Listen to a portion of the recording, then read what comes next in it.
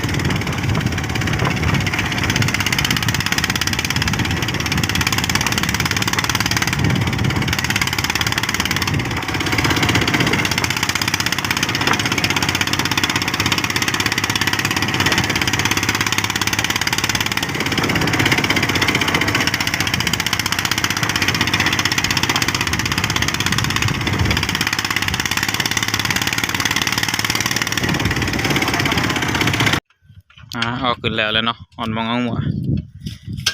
เดี๋ยวขากลับ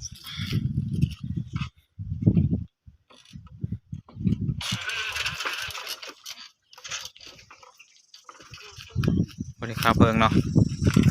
จอดแต่โดนละ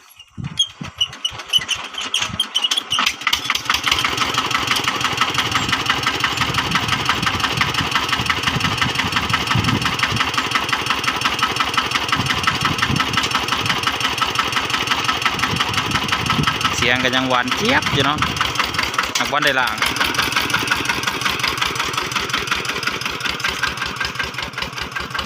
ทีมงานทำซูเปอร์คนเก่า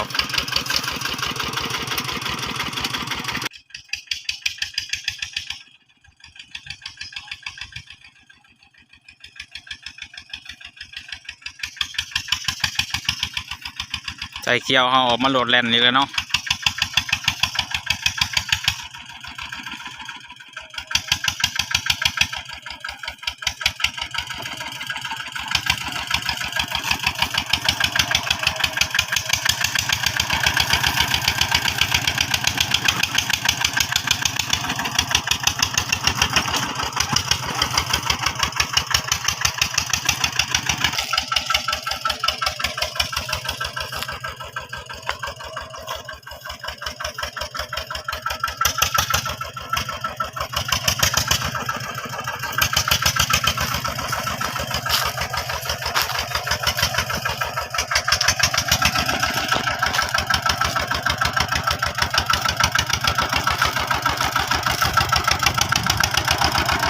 เรื่องตอนออกทางเลยเนาะไปจวดต่อเนาะ